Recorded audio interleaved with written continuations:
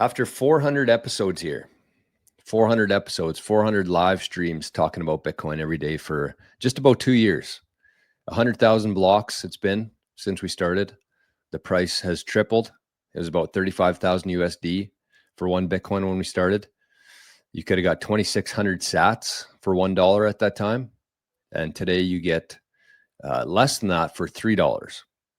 So Bitcoin's 3x'd. I've learned a lot here. And it seems like we're all kind of going through this whole thing together. And that's what it's been from day one here. And so, I had the basic understanding of Bitcoin when I started here. I thought I knew more than I did probably, but I've learned a lot and I've changed my mind on a lot of things too. And so what I'm going to talk about in this segment of the show today, in this part of the show, is 8 lessons I've learned from being in Bitcoin, from doing 400 streams talking about Bitcoin. And these kind of things I would say are not really like basic information. It's a little bit more advanced, but I think it's important to just kind of talk through some of these things. And one of these, the cool thing about every stream that I've done is that there's anybody out there that could watch one show and they could hear one thing, and that thing that they change in their security setup or whatever it is could be the difference. It could be the difference between their family having their Bitcoin in 20 years from now and not having it. So it's kind of cool. And that's what has really motivated me to stay so consistent with this, is because we always have new people coming through here. But the idea with this next chapter here is that we're going to take the existing group of people that's here and we're going to keep going down that same road, more and more advanced topics, more and more discovery into Bitcoin, and then hoping that that group of people can start reaching the newer people along the way. So this is going to be 8 lessons. Actually, it's like 10, but I might cut some out. We'll see what happens here. But we're going to start with number 1 here, which is your mindset's the most important part of it. And that's going to be a very big focus within the visionaries community. The next chapter here is the mindset, because you're never going to be wealthy. You're never going to be sovereign. You're never going to really accomplish anything without the right mindset in life. And there's a couple different things of it that I've learned along the way here. They're kind of unrelated to Bitcoin, but are very much still applicable to Bitcoin and kind of what we're building going forward here. And probably the biggest lesson I've learned in terms of a mindset is value. It seems to me like the fiat system, the fiat cult, it's so broken because it's so backwards. It's so against nature. And one thing that Bitcoin has really done, in addition to this, is that Bitcoin really changes the incentives again for value. And it was Earl Nightingale who really changed my lens on this, the way I see it. But he basically says that you get out what you put into it. So everything that you receive in life, the rewards that you receive in life, are all 100% based on what you put into it, how much value you add. And the fiat system is designed in a way where that's not the case. There's a lot of people out there who are adding absolutely no value to the world, but they're getting paid very well for that. And I'm sure you can think of a few things right off the top of your head of who I'm talking about here. Government workers would be at the top of that list. But that's what the fiat system has cultivated. When you give people the ability to print money with no energy or no proof of work, no work required to print that money, then that's what happens. The incentives are backwards. So Bitcoin anchors it back to nature. And I think that nature always wins. It has always won historically. And so that's kind of what we're moving from right now. That's the transition happening, where people who did not add any value to the world but still received, that's not the case anymore. And so in this new system that we're heading into, you're going to have to add value to the world. And you can get value in return, whether that's in Bitcoin, fiat, wherever that is. But you want to store that value in Bitcoin. And that's kind of another point coming up here in terms of the value part. But that's the biggest thing, is just the mindset. And one of the things that we're going to be talking about a lot in the new show, the new community, is your mindset and your paradigm, essentially. because we're kind of brought up based on our DNA, our environment. But if you really want to make a change in your life, you have to change your mindset and you have to change the paradigm and the lens that you see the world through. And so having the proper mindset, I think, is going to be the biggest asset that you can have here into the future. I would say three things. Three things into the future are going to be your greatest assets. Number one, mindset, having the right mindset, having the right perspective. Number two is having Bitcoin. Bitcoin's the best form of economic power that you can have.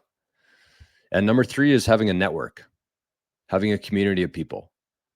And we've all heard the expression, your network is your net worth, but it's true. And I'm sure the people in this community here can attest to that, in the sense that Bitcoin's essentially going to get rid of the middleman. Middlemen have done very well in the fiat system. The middlemen who sit there and add no value, but they extract value from each transaction, they're going to disappear. But the one thing that the middlemen did do is that they kind of added a layer of insurance there, where if one part of the transaction wasn't honest, that's where the middleman would step in and say, hey, we're either going to refund your money or we're going to get your money back, whatever that may be. The middleman in the fiat system was essentially the trust, built-in trust, which we all paid for through insurance, through fees, through all these different costs. You pay for that middleman. But the world that we're moving into doesn't have a middleman in it. And so 100% of your trust is going to be built on reputation. And so it's so important to have a network of people, of like-minded individuals that you can learn from, that you can collaborate with, that you can build with in the future. Circular economies, citadels, all these different things is going to be based on the people that you know and the reputation that you built among them. So having the right mindset is going to be very important into the future. So that's number one, mindset. Number two here is locations. So this one's in regards to security. So that's kind of what I do all day now, is I talk about security. I help people improve their security. But I've learned a lot along the way myself, and I've made a lot of errors myself that I hope to pass on to other people so they don't have to make the same error there. But one of the main things is locations. So when you have your device, this is part of everybody's journey here, getting something like this, a hardware device. And you want to focus on removing the single point of failure. So when you have this is the first thing you get. This thing derives a private key, and that's what essentially allows you to access your Bitcoin, your private key. So it generates it stores it in this device. And if you want to move any Bitcoin, you need to have this signing device here. But if something happens to this, you write down your 12 or 24 words onto paper. And the key here, the key about locations, is that you want to have those two separated. So you want to have this device in a different spot as your 12 words. Those need to be in two different locations, because if they're in the same location and something happens to that location, your Bitcoin's gone. And so you have to be very mindful of that. You have to understand the implications of that. Because again, kind of the whole thing here is that it doesn't really matter how much Bitcoin you have today. Everybody gets so obsessed with the price of how much they have, but it doesn't matter. The only thing that matters is how many sats your family has in 20 years from now. And if you make one small error at this stage of the game, if you're not paying attention to the details like this, you're not going to have any Bitcoin. And you're going to have to tell your family in 20 years from now what happened. Because again, we're the ones here with the responsibility on us. We are. Not our parents, not our kids. It's us. And so you have to have a very deep understanding of the implications involved with your securing your Bitcoin. Again, it's a pretty powerful thing. You can take this money wherever you want to. You don't have to ask anybody's permission to use it. You don't have to pay any fees for anybody else to hold it for you. And there's no middleman who can intercept any of your transactions. But the cost of that is your personal responsibility. The cost of that is having to figure out how to actually store that Bitcoin yourself. And so locations, for me, having these things in different locations should be the starting point for a lot of people. So you want to have this in one spot, and you want to have your 12 words in a different spot. So if one of those spots go down, that's what the 12 words is for. It's your recovery. It's your backup phrase. So for a lot of my time in Bitcoin, I had them in the same spot, and I would have been in a lot of trouble if something would have happened to that one location. So that's one thing I've learned, and one thing I've changed my mind on is having separate locations for Bitcoin. Number three, the third thing that I've learned here is actually utilizing the Lightning Network for buying Bitcoin. So when I first started buying Bitcoin, I would buy it in chunks. I'd send it on chain. I'd either leave it on the exchange or I'd send it to my hardware wallet, because that's what I was told when I first got into Bitcoin. Not your keys, not your coins. And so I would buy Bitcoin, any amount, and the first thing I would do is I would send it to my wallet, my cold storage wallet. But I ended up paying a very, very steep fee for that, because I didn't understand the implications of sending Bitcoin on chain and the UTXO implication of that. So I'm not going to get too far into what UTXOs are. I have a ton of videos on the channel here. There's going to be much more discussion in the future about it, probably with more within Bitcoin Citadel. But I started to use Lightning to buy. So what I do now is I use Bitcoin Well. If you're in Canada, Bitcoin Well is the best for that. If you're in the US, River would be the best for that, I would say. But instead of buying it and either leaving it on the exchange or sending it to your cold storage in small amounts, what you can actually do is you can use the Lightning Network. So make sure you're using an exchange that has Lightning withdrawals. And again, Bitcoin Well, River are kind of the top two. I'll probably have a couple links to leave here, including the new Rumble link, but I'll put Bitcoin Well and River in there as well. But you can utilize these exchanges that offer Lightning withdrawals. And then you can, essentially what I do is I set up like a recurring buy. So every week, money comes out of my bank account automatically. I don't have to think about it. I don't have to do anything. Money comes out of my bank, buys Bitcoin at Bitcoin Well, and that Bitcoin gets automatically sent over the Lightning Network to my Lightning wallet.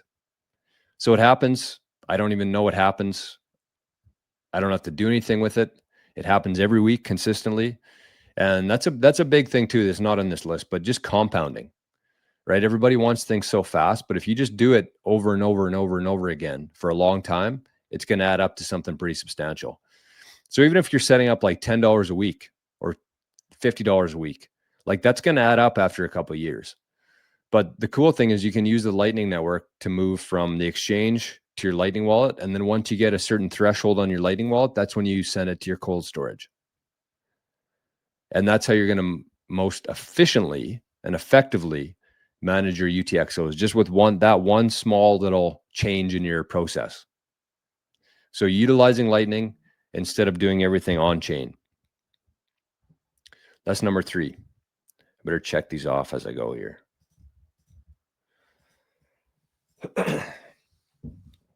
The next one here that I learned is, we're all told the expression "never sell your Bitcoin," which I agree with. You should never sell your Bitcoin. You should never sell your Bitcoin for fiat. But if you're somebody like me who essentially lives on Bitcoin now, every time I get any money, I just buy Bitcoin with it and let it sit there for obvious reasons, because Bitcoin's going up forever and fiat's going down forever. And that's been one of the biggest changes that I've had, is instead of just buying once a month or buying whenever, the price goes down, I just buy every time I get dollars now. And so with that, I've really changed my mind on actually spending Bitcoin and selling Bitcoin. So the fourth one here is actually just sending value to somebody. And that's how people should be thinking about this, in my opinion. So everybody's like, well, I don't want to spend any Bitcoin. I actually had a conversation with a guy yesterday who said, I don't want to spend my Bitcoin because I'm going to look back one day and say, oh, I spent 50,000 sats on this, and I'll regret that. And that's not true. It's not true. Whenever you're buying something, it could be coffee at a restaurant. It could be a hat online. It could be anything, honey online, anything that you buy, anything, anytime, every time you spend money, you go to the beer vendor, you buy a case of beer, you're spending value. And so what we do here, I know we use different terms like money and, whatever, but the thing is like you add value to the world and then you get value in return for that. And then no matter what, if you want to buy things, you have to spend that value somewhere. So it doesn't really matter how you spend your value. And what I mean by that is it doesn't matter if you're paying somebody in Bitcoin. It doesn't matter if you're paying somebody in fiat. It doesn't matter if you're paying somebody in gold. It doesn't matter what you're paying them in. You're paying them value. You're sending them value. The form will change, but it doesn't matter. You're still sending somebody else value. Whatever the equivalent is, whatever they measure it in, you still have to send somebody that value. So it doesn't matter how you send value. The only thing that matters is how you store your value. That's the most important part. So whatever you're spending things on, it doesn't matter what the form is. You're still giving somebody else your value that you've accumulated by doing work.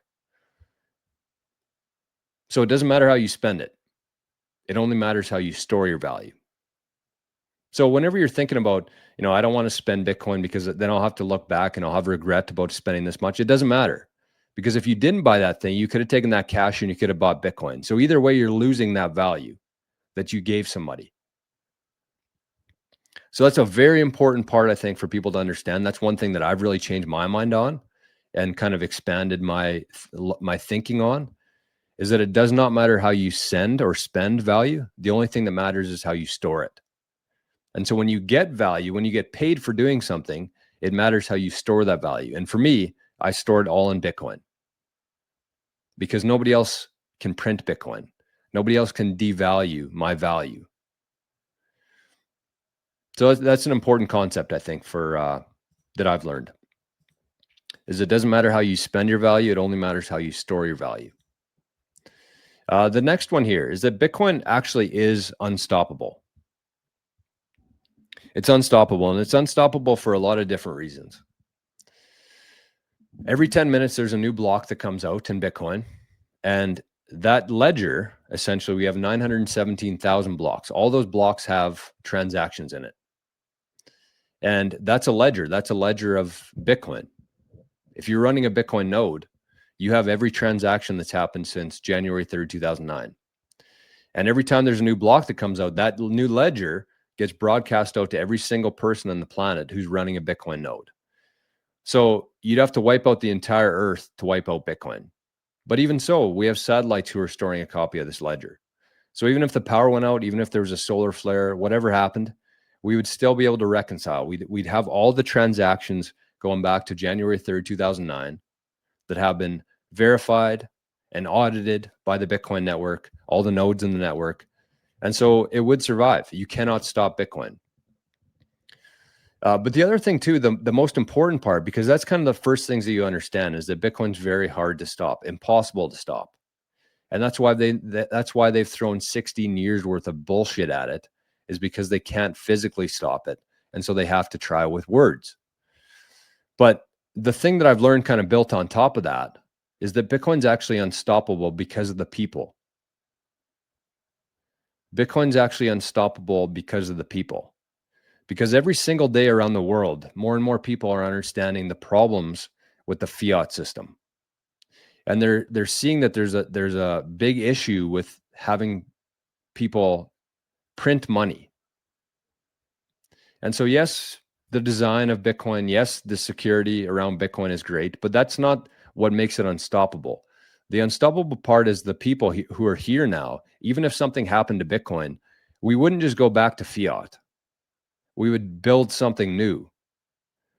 So even if they managed to hack Bitcoin or whatever happened, that doesn't matter. It's the principles, it's the awakening that's happening here and that has already happened. And every single person who's watching the show right now, if Bitcoin failed, it's not like you'd just give up and you'd start, saving in fiat again. No, we would build something new. It's the principle of what's happening here that's going to live on. So Bitcoin is the tool right now, but it's really a whole awakening of people who are realizing that we need a sound money in this world. The only way that we can actually progress as a society is if we have a hard and sound money to back it. So Bitcoin is unstoppable, not just the decentralization aspect of it, but the people and the principles and the knowledge that's been accrued so far, and the understanding of the old system and why we need a hard money. And nobody here is going to stop until we get on a hard money standard. And there's more and more of us every single day who are waking up to that. So it's unstoppable in more ways than one. The next thing that I changed my mind on here is the fact that there is no number in Bitcoin. There's no number. And if you look around YouTube or Bitcoin on YouTube, you'll see all these different videos, and some from me even too. And this is why I'm saying this. This is something I changed my mind on myself. There's all these different videos titled "Get to 0.1 Bitcoin" or "Why you need 0.21 of a Bitcoin." All these videos are out there explaining why you need this much based on this time frame, based on this compound annual growth rate of Bitcoin. And I've realized that none of it matters. None of it matters, because once you start chasing a certain number, you're right back in the fiat system. You're right back in the rat race. And yes, it's great to want to add as much value to the world as possible. And in return, you can exchange that value for Bitcoin. Never going to disagree with that.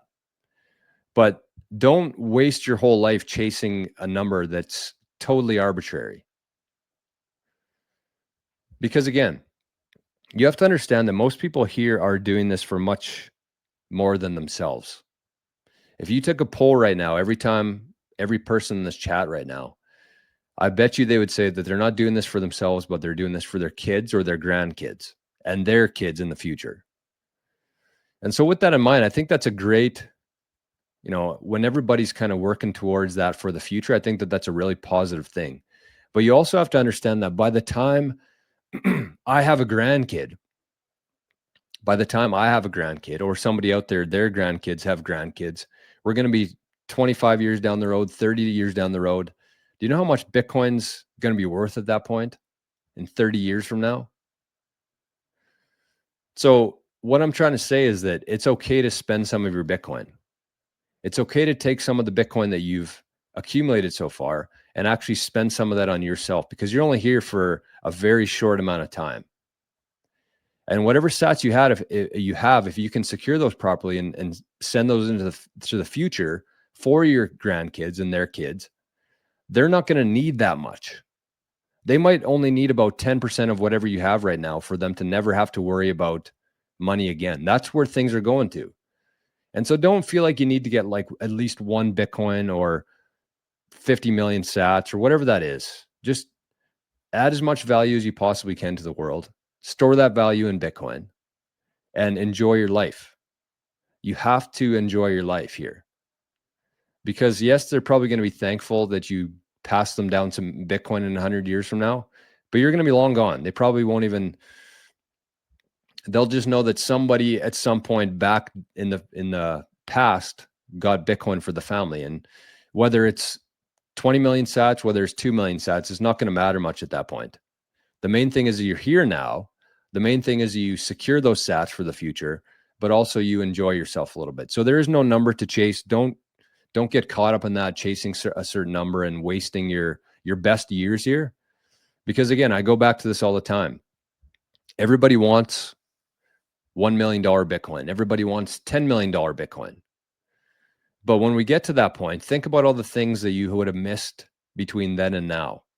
Think about the fact that your parents are going to be 10 years older or 10 years older. Your dog's going to be 10 years older. And you're going to go through all this time missing that, chasing something. So there is no number in Bitcoin. There's no number that you should shoot for. There's no number that you should obsess over. You should just do your best. You should add as much value as possible, store it in Bitcoin, and you have to enjoy yourself. Be okay with spending some of your Bitcoin. The goal here is not to accumulate as much Bitcoin as you can. The goal here is to enjoy your life and have as much fun as you can. That's the goal. The next one here, I don't even know what number we're on now. The exchange rate. So right now, as I make this video here, we are hitting an all-time high, I think. No, $125,000 US. That's the exchange rate. That's how many dollars it takes to get one Bitcoin. But the thing that I've learned is that there's no price of Bitcoin. Everybody always says that, like, what's the price of Bitcoin? This is the price of Bitcoin today. There's no price of Bitcoin. There's not. There's an exchange rate for Bitcoin, which means that in the US, the exchange rate is how many dollars of that fiat currency it takes to buy one Bitcoin. And when we started the show 2 years ago, that exchange rate was 35,000. It took 35,000 fiat dollars to buy one Bitcoin. Today, it takes $125,000 for one Bitcoin. So it's the exchange rate. There's no price because every country's different and every country goes up and down differently. So if you look at the price in Canada here, we actually hit an all-time high a couple days ago. Last week we hit it. I think it was on Thursday or Friday. In Canadian dollars, there was an all-time high or an all-time low for our currency here. It took 175,000 Canadian dollars to buy one Bitcoin. So there is no one price of Bitcoin. There's just an exchange rate. And even if we go back to that chart that we had of Bitcoin, we're actually not at an all-time high in gold right now. So the exchange rate for gold back in 2022 was it took 35 ounces of gold to buy one Bitcoin. And today, it takes 31 ounces of gold to buy one Bitcoin. So Bitcoin's actually down in real terms. Even though it's way up, even though it's gone up 3x in fiat, that doesn't mean anything about the price of Bitcoin. There's no price of Bitcoin. It's the exchange rate between other things. So other currencies, other commodities, how much it takes to get one Bitcoin, it changes. And the cool thing about Bitcoin is that it's universal, it's worldwide, which means that it will eventually become a unit of account. That's the stages of assets, which is collectible, store of value, medium of exchange, and then unit of account. So because you can kind of measure everything against Bitcoin, Bitcoin is going to become the new unit of account. And that's like the thing I think that people really need to understand about Bitcoin. And I actually didn't have that on here, but it needs to be on here, which is the upper limit. And this is also something that I didn't really understand. The limit. So the 21 million Bitcoin, everybody knows that, right? Everybody knows there's only going to be 21 million Bitcoin. Nobody really knows why. Nobody really knows that there's not 21 million Bitcoin today. There's only, what, 19.93 million, 94.9% of the supply. So we're close to 95% of the supply right now. But that's what people know. They know 21 million. But here's what most people miss, is that whatever amount of sats that you have today, that's pretty much your minimum ownership in the world that you'll ever have. And so what I mean by that is that if you have 1 million sats today, divided by 2.1 quadrillion sats, that's your ownership of the network. Whatever percentage that is, obviously very small, but that's your ownership of the network. And that's the difference between Bitcoin and fiat, is that if you had $1 million today, your percentage of the fiat network is going to go down and down every single second of every single day because they're adding new supply to the denominator there. Your 1 million sats divided by fiat, the total units in fiat land, is going down and down and down every second. You take your 1 million sats, you divide that by 2.1 quadrillion sats, your ownership will only go up. It will never go down. And it will go up when people lose their Bitcoin. If somebody locks themselves out of their wallet, if they have some sats on a Lightning wallet and they lose their phone that they didn't back it up, anything like that, any amount that's lost, essentially, your ownership goes up. Your ownership will never go down. So that's the main difference between these two systems here, is that if you had 1 million sats divided by 2.1 quadrillion sats, your ownership will never go down. It will only go up. In fiat, if you have $1 million divided by however many dollars are out there, we don't even know, your ownership will never go up. It will only go down. So that's a very important concept to understand. And that's why no matter how many sats you have today, your number one priority should be, how do I keep these sats safe? How do I keep these sats within my family for my kids and their kids and their kids down the road? That's the only thing that you should be focused on. It doesn't matter how much you have. You should be taking action every single day to try to make your Bitcoin more and more secure, because you're locking in your ownership there of the network, whatever that amount is, unless you spend some of it. But whatever amount that you have, if you can keep that, your ownership of the world will go up forever. So it doesn't matter what the price is, doesn't matter anything about that. The only thing that matters is your ownership. These sats that are going to reprice the whole world, your ownership will only go up. It will never go down. It cannot go down. Cannot go down. So that's I don't even know what number that was. I think that was number 8. That was number 8. And maybe the last one we'll talk about here is Bitcoin taught me the newfound hope in the world. It gave me newfound hope the more and more time I spent in Bitcoin. Hey, we got 69 people in here right now. Nice. Over on YouTube. YouTube, just so you know, this is the last episode of the Daily Bitcoin Journey on YouTube. We're moving. We're going over to Rumble. We're going to Nostr, and we're going to school. So I just shared a link there. I'm also going to have this link in the pinned comments if you want to go over and subscribe on Rumble, if you want to keep watching these shows every day. It's not going to be called the Daily Bitcoin Journey anymore, but we're going to be still doing streams. We got a long ways to go. This is just the first chapter here was the Daily Bitcoin Journey. But anyways, that's the other thing that I learned, is that Bitcoin not only gave me newfound hope in the world, but I also realized that Bitcoin is actually our only hope. Just to take a second here and imagine what the world would look like if Bitcoin didn't exist. If you had to go through the trouble of understanding what the problem is here in the world, and you found Bitcoin, and that's the hope that you now have in the world. Imagine if that was all of a sudden taken from you. What would you do? How would you store your wealth right now? If you went through all this, you saw what we've seen, and Bitcoin didn't exist, what would you do? I don't know myself. Like, I don't know what I would be buying. I don't know what I would be doing. I would be in a lot of trouble. We would be in a lot of trouble. And, there's a lot of people I think who showed up here from the pandemic days.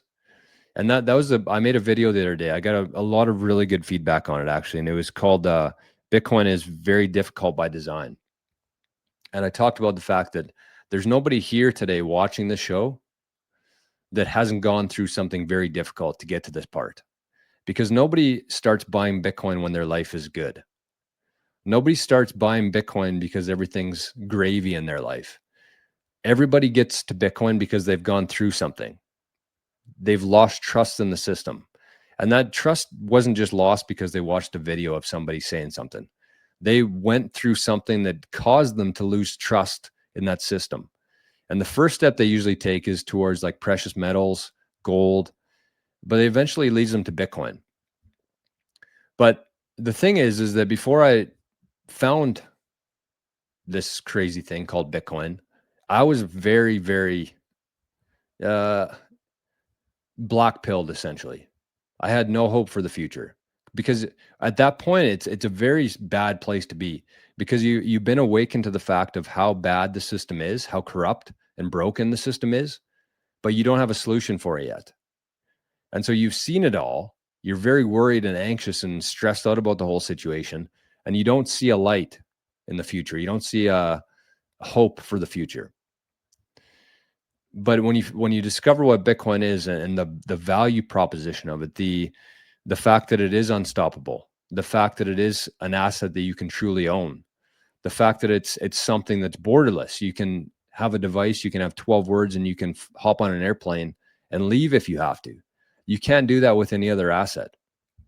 The fact that nobody can print more of it, the fact that nobody can devalue your wealth and steal from you, your time, your energy. There's a lot of different things that make Bitcoin special. But the thing is that if we didn't have that, we would be toast. If Bitcoin didn't exist in the world that we're moving into, in the world that we're already in right now, we would be toast. And so we have to fight like hell here to not only protect our Bitcoin, but to tell people about what this thing is. And we're not going to spend our time or our energy focused on people who don't want to listen. We're going to spend our time focused on people who are open-minded, who do want to learn, who do want help, who do see hope in the future. And that's the people we want to associate with. That's the people we want to spend time with. We want to collaborate with. We want to build things with. And that's why we're taking the step into the next iteration of this. So that was 400 episodes. That's what I've learned in 400 episodes. And again, it's kind of sad to me that this chapter's over. Anytime something ends in your life, you're always going to be sad about it. But it is really just the first chapter. The Daily Bitcoin was the first chapter. The next stage of this is going to be the Visionaries community. We're going to have the Bitcoin Citadel, which I'm going to spend the next couple of days here on the channel talking about, meeting some of the Bitcoin Citadel members. And we're going to keep going. We're going to focus on the people who are here right now.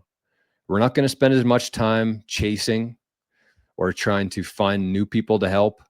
We're going to focus on the people that are here now.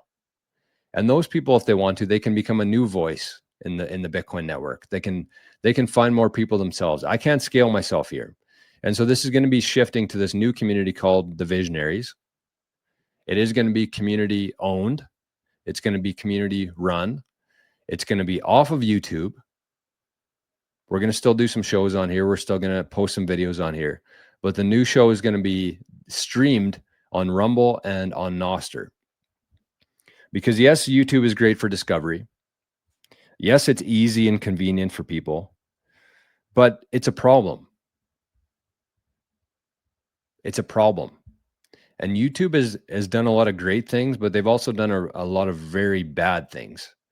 And so instead of complaining about it, instead of fighting with it and worrying about it, I'm just going to opt out of it. And I think that that's the best play forward for everybody. It's like you can spend all the time in the world looking at what the news is saying, what's happening in this country, what the interest rates are, who won this election, whatever. Or you can just opt out. And that's what you want to do. You want to opt out of the financial system. You want to opt out financially. And instead of, the cool thing is like this revolution is going to happen in a very peaceful way. And what you can do is you can just take your time and energy and money out of that system and store it in Bitcoin instead. You don't need anybody's permission to do it. You don't need to tell anybody about it. You don't need to do anything. You just take your money out of that system and you store it in Bitcoin. You opt out financially. You also opt out mentally.